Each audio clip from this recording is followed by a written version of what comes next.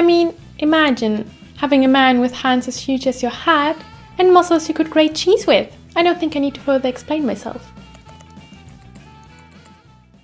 Japan in the 12th century, a civil war between the Taira and Minamoto clan takes place, fighting for power over Japan, known as the Genpei War.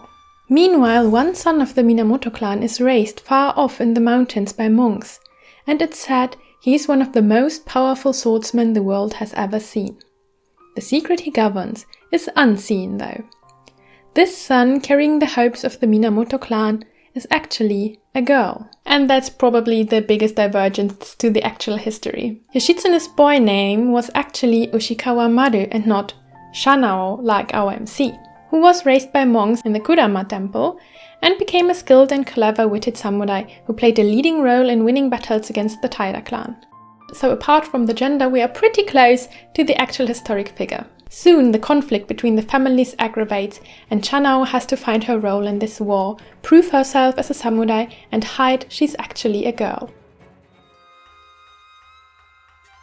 The first character to seek to challenge her is the brash and impetuous Noritsune from the rivaling Taira clan. Similarly to Shanao, he carries the burden of wanting to do the family name proud, but upon meeting the other wonders what life would be like if they could cast off their family names and be free to chart their own course in life, instead of being led by destiny. As a historical figure, Noritsune was known as the best archer.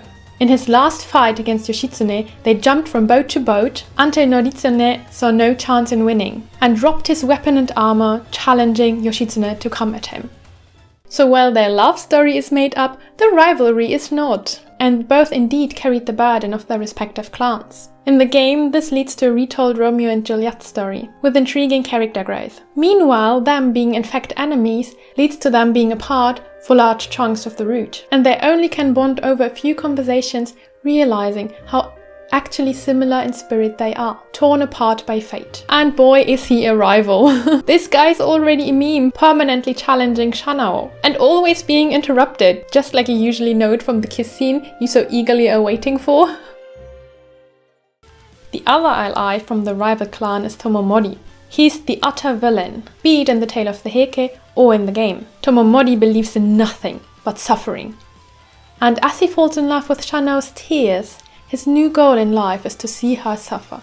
He's a sadist who just wants to see the world burn, and forms an unhealthy obsession towards Shanao, which plays out horribly in other routes. In his route though, he's quickly fascinated by Shanao, and his initial drive to destroy transforms into the urge to protect. Even if he doesn't totally act as a villain in his route, he's still utterly obsessed and possessive over Shanao, tricking her into staying with him, meanwhile acting as the good guy. Hearing this sounds way more intriguing than I actually felt it was. I expected crazy villain unhingedness, and what I got was, I suddenly don't want to make you cry anymore, but I want to see you smile. So in his route, Tomomori really isn't the villain character anymore he started out at. He's a normal obsessed liar, and Shanao is totally falling for it. Historically, he was said to be the villain, and the game tried to implement this, alongside his Buddhist beliefs. But to me, this didn't quite match up with the presentation as an otome character. In my opinion, they watered this villain down too much. On the side of the Minamoto clan, we have the good childhood friend Shungen, and I think he's the only character without an historical model. Shungen is the only one who knows from the beginning that Shanao is a girl, as they grew up together on the mountain, trained together, and always watched out over another.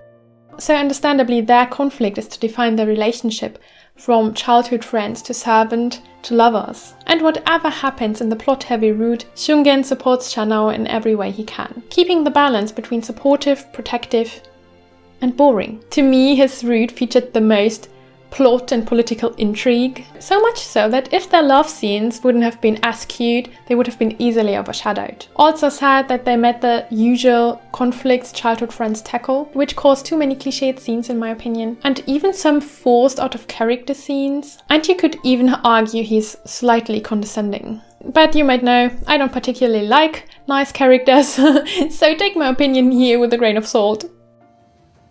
Yoritomo is Shanao's half-brother, who was exiled in the course of the Heiji rebellion, and who Shanao looks up to despite having never met him, and eventually joins forces with. And he's the most stoic kudere you've ever seen. He never flinches. His voice shows no signs of emotion, whatever happens. You could make a drinking game. Whenever he coldly says, "Soga, soga, soga, soga." And after the first meeting, you'll probably just be scared of him, wondering like, how is this gonna be in LI? He's cold-blooded and would take any measures in order to win this battle. Even use Shana. You cannot help but wonder what kind of thoughts are hidden behind this stern face, and which fate made him so cold-hearted. And seeing him gradually open up to Shano was such a heartwarming experience. I love seeing a cold character grow weak, and Yoritomo is the best example for this. Also, the real Yoritomo was indeed the half-brother of Yoshitsune. He was exiled during the Heian Rebellion to Ise province, in which the Taira clan held control of Kyoto, and only his 2 brothers were allowed to live as well. So props to some accuracy here. Lastly, we have the legendary warrior monk Benkei on our side. Legendary? Yes. Apart from the leaders of the clan, he might be the most famous figure of this tale. A 2 meters tall warrior monk with a tragic past and inhuman strength. Legend has it, every night he went out to obtain 1,000 swords from samurai he deemed unworthy. After having collected 999 swords, he met a small samurai playing a flute and lost against him in battle. This samurai turned out to be Yoshitsune, the future leader of Yoritomo's troops in the Genpei War. He from then on swore eternal loyalty to Yoshitsune until he died with him in battle, defending a castle, slaying 300 soldiers on his own, until the enemy forces decided that close-range battle is useless against him and attacked him with arrows. But no matter how many arrows they shot, Benkei would never falter. When the soldiers finally dared to draw closer, they find Benkei dead, but standing. Benkei, the warrior monk who never fell. Do I have to say anything more? I think next to Yoritomo, this is the character they try to write most accurately according to history, and how they met practically sums up the short common root. And loyalty is really the motive of this root. Benkei is genuinely devoted to Shanao with all his heart. He's friendly and optimistic and always ready to give his all for the people he loves. He's like the sea, big and reassuring. As both didn't have a real family, they are initially clumsy in defining their relationship. His root was so warm and wholesome, I have rarely read anything like it. And in his root, the dynamic with Tomomori is at its peak, juxtaposing these characters like black and white, Benkei being the good guardian angel, and Tomomori the wicked villain. That's the Tomomori I love. And the Benkei I love even more. And after hearing the real story, don't tell me Benkei is not the true root. Just thinking of him makes me giddy. And of course he earns my most sexy award. Though Yoritomo also tried. But brawny muscles for the win. I mean, imagine having a man with hands as huge as your head and muscles you could grate cheese with. I don't think I need to further explain myself. Do you like pretty boys? Birushana got you covered. Pretty boys fighting, pretty boys riding a horse, pretty boys scowling. Many pretty boys. But I really wish they gave us less pretty boys and less pretty boys fighting. And more hug and kiss CGs. As there are so many romantic scenes where they hug or even a first kiss scene without a CG. Just by changing the choice of CG, the game could have been so much more romantic. Who was very romantic though was my favorite voice actor in this game. Of Benkei, who also voiced Pashalia in Radiant Tale, and will voice Kohei in Sympathy Kiss, who also did a great job, was Yoritomo's voice actor, who also voiced Alan in Cupid Parasite, or Jack in Tengoku Struggle. His lines will first freeze your blood and then make it boil. Shungen also voiced Eve in Shuri no Bish, and Kikonosuke in Tengoku Struggle. Noritsune also voiced Hadomi in Lover Pretend, and Shunsuke in Tengai ni Mao. But I must admit I cannot really warm up to his bratty voice. Lastly, Tomomori also voiced Mozo in Busterfellows, or Liberta in Arcana Familia, and he really did a great job as Tomomori, but somehow for me as a villain character it's a bit too feminine, and maybe one of the reasons why I couldn't really fall in love with him. The music on the other hand was well chosen and matching the historical setting, with traditional elements, sometimes mixing up modern and traditional instruments, or adding kabuki streams to a track. Did you hear it? What is also very noticeable are the fighting animations, accompanied by sound effect of clashing swords. So you don't have to sit through boring fighting descriptions, which I highly appreciate, but you can literally watch the fight play out as if you were watching an anime. The only real difficult thing about this game are the freaking long name and places which bury you in a salad of kanji. But at least in the Japanese version, the dictionary is extremely helpful in that regard. This is what happened, in case you didn't know. You uneducated scum. Only because of those I'd rank the game advanced. But also without those, there's still some uncommon words and historical terms. So the game does have a higher difficulty overall, but less shocking than I expected and also manageable for higher intermediate learners.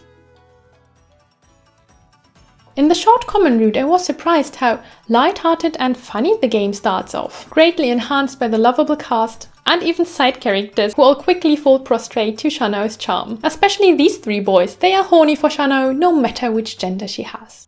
But entering the character routes, the game revealed its true colors. It's a plot-driven historical game. With a lot of fights and a lot of political intrigue, you have to watch play out in every route again, and again, and again. Which makes the overall story of the game feel slightly repetitive, and you will end up skipping previously seen scenes until midway through the character routes. But often they are slight variations, so you can't skip read them, but just have very similar conversations and very similar scenes that are just slightly different. So you should definitely be a lover of war stories, political intrigue and action to even enjoy these parts. Also, the game has fantasy elements when it comes to Shanao's powers, what you will quickly discover in the common route. But keep in mind, it is fantasy, and as far as I can tell, it's not super consistent. But as it's not the main focus of the game, and I actually wished they could have elaborated more on these powers. These inconsistencies are nothing game-breaking, and you can consider the fantasy elements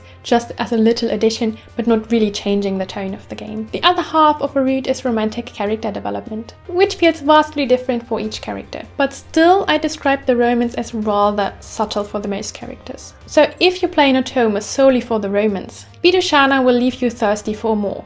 Hence they made the horny FD. And especially as the game is still in a war setting, even the good endings might leave a bitter taste, as they are not always completely and utterly happy, but rather bittersweet. What makes you wish for an FD even more to see everyone happy. And what makes me happy are my Patreons, who support me and motivate me making these videos. Thank you so much. I know I say it every time, but I mean it. Thank you. Another way to support my channel is buying my t-shirts for some more otome love in your daily life. What surprised me a bit was that Shanao's gender bender wasn't really a problem. Neither for her nor for the LIs, who found out rather sooner than later. And Shanao doesn't really feel bothered, I think, by being raised as a boy. And also the LIs don't really seem to care about her gender, which is of course sweet to see and emphasizing the purity of their affection. But I cannot deny that I hoped for more oh, am I actually gay scenes? Like for example in the Korean drama Love in the Moonlight. Or even a bit like in Kenkabancho Otome. On the other hand, it's of course nice to have a physically strong heroine who doesn't need to be protected. Though they still do sometimes. But well, when it comes to key battles and figures of the Genpei War, the game is relatively accurate, except that it shortens the time interval between the battles, and of course cannot really guarantee for the personality of the characters. But still, it teaches a lot about the Genpei War, and most important, battles and figures of the history. At the same time, the game feels also like a classical otome game, with the screen filled with hot bachelors and side characters who even get their own ending as a little extra. So it's definitely side character paradise. And you will greatly enjoy Birushana if you love historical settings with a plot-driven romance story. Or of course, fell in love with one character so much that it's worth sitting through all these battles. Or maybe Birushana's notorious FD will make it worth for you, as you will find out in my next video. And Birushana definitely felt more romantic than the last historical otome game I've played, Kengakini. But like and subscribe to stay updated on all things otome.